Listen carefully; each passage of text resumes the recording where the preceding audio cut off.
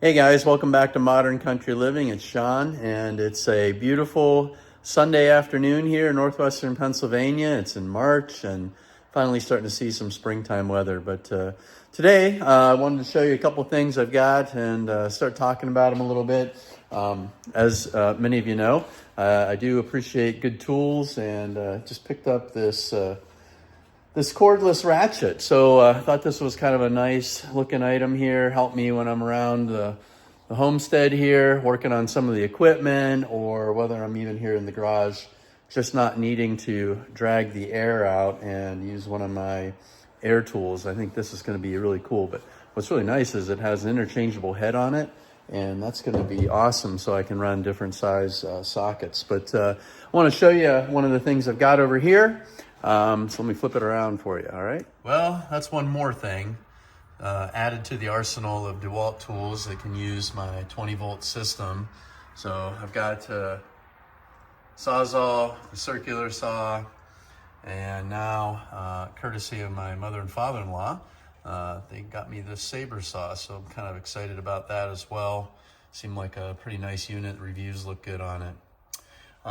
But you know, when you got equipment, you got to grease it. And I've had this Lincoln 12-volt grease gun for a number of years, probably more than 12, I'm guessing. It's really helped me with taking care of the equipment, you know, whether it's the Bobcat or the tractor or any of the other things that I've got to grease. There are a ton of grease zerks that need to be taken care of. So having the appropriate grease gun makes the world of difference. And you know, it's funny how fast you can go through a tube of grease. I think this one develops about 6,000 psi. It's been a great unit. You know, charges pretty quickly. It is 12 volt. But I wanted to upgrade a little bit, and since I've already got the DeWalt battery pack system here in the garage, I looked around online and found one of these 20-volt max systems for a grease gun. And reviews looked really good on it. What I do like about it is that, here, if I can get it out of here. So let's do that. Get this off the bottom. What I like about it is that you can set it down. And you've got, I think it's like a 42-inch long hose.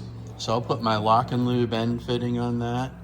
But it'll take my 12-volt system, or I'm sorry, 20-volt system. So we'll grab the battery pack.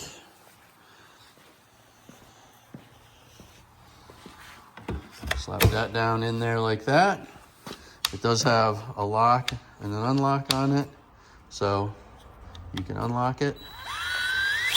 And it is variable speed trigger. That's kind of a cool feature as well. But like I said, a lot of nice reviews of it. It goes up to 10,000 psi. So while the Lincoln did a nice job, sometimes I found I wanted a little more horsepower with it in order to push some grease. So I'm pretty excited about this 20-volt system with DeWalt. It's also nice. You can take this out. Kind of guides it, you know, back on the installation. So this goes in there, and now you're locking her back down. Also has a bleeder located right there, so bleed the air out of it. And if it has too much pressure, got a pressure relief valve there. So I'm pretty stoked to have this. Again, adding nice piece of equipment to my arsenal of DeWalt tools. Not that I think the others aren't good brands. It's just once you go a certain direction, and I went DeWalt years and years ago. Had their 18-volt system. Just really made it nice to be able to upgrade and go to the 20-volt.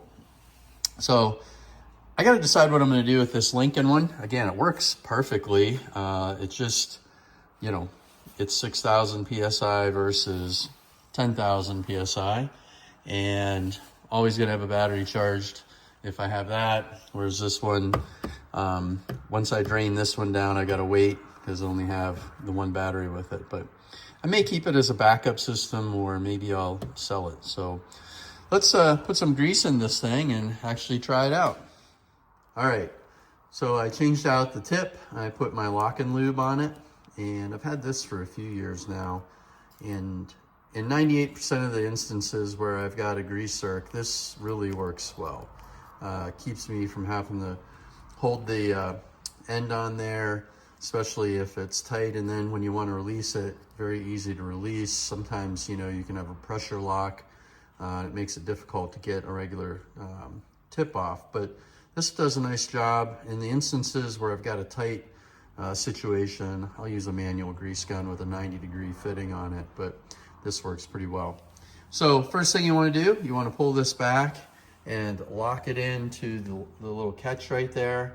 That brings the spring-loaded mechanism back inside the tube, gets you ready for your tube of grease. So we'll unscrew this, and then we'll put that in there. All right, pull the cap off, slide that down in, peel this off the end, and so I'm not gonna be able to do that one-handed, but pull that down, and then we'll reassemble everything. Slide that back in there.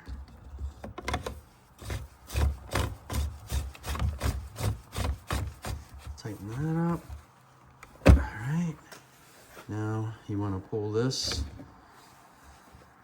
and push it back down in there, and you push this all the way forward, and now your spring is pushing on the grease, pushing it up into the head, and then you can use your bleeder screw if you're not getting grease flowing through the actual line. Okay.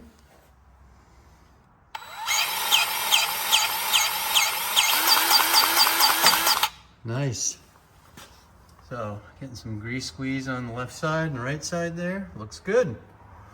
Definitely an upgrade in performance. So quicker at dispensing grease and definitely higher pressure. Again, not knocking the Lincoln. That's a great little grease gun there, but this is a whole new level. So pretty stoked about that. Again, adding a couple nice tools to the fleet of tools that we've got. So we'll keep working on that. I gotta clean this workbench up. It is a mess, but very excited to be able to use this. I took and greased the end of the lower arm of the excavator. Did a nice job. I can tell I'm gonna be going through some grease. I tend to probably grease things more often than what they would call for, but I figure ounce of prevention is worth a pound of cure. Just keeping good grease in there in all those joints and wrist pins and all that good stuff. So there you have it, new grease gun. Very exciting day here. It's funny what you get used to getting excited about. But again, I'm gonna take a walk outside here. It's just a beautiful day. See behind me, starting to experience some springtime weather here. Making some solar. Pretty stoked about that. That's really exciting.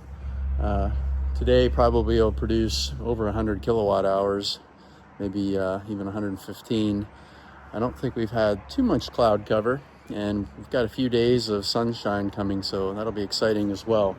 But we'll work on getting some new videos out as we break the equipment out. When the ground dries up a little bit, I had the tractor out a little bit earlier in the week. I went out back. I've been taking some big rocks from within the woods. So back 100 years ago or so, this old farm, they used to move the rocks out of the fields and they'd make piles. And now those piles are in the woods. And so I've taken the excavator out a couple times and been grabbing those rocks and moving them closer to where I can get at them with the tractor using the actual grapple. Just quicker to be able to move from, 2,000-3,000 feet away with the tractor versus, driving the excavator back and forth. But I went out back and this tractor sunk basically in the field after having a couple months of snow cover. The ground is very soft, and it was it was getting sketchy. But we made some ruts. I cleaned the tractor up. But I'm hoping for some dry weather, maybe some wind, dry out the top of the ground and being able to get out there with the equipment, not making a mess. But hey, I appreciate you watching my channel and hope you stay tuned to some of the things I'm gonna have going on. This is gonna be a pretty cool year. I've got some projects and some exciting stuff going on. So anyway, stay tuned, subscribe, hit the like button if you like what you saw. Take care and God bless you.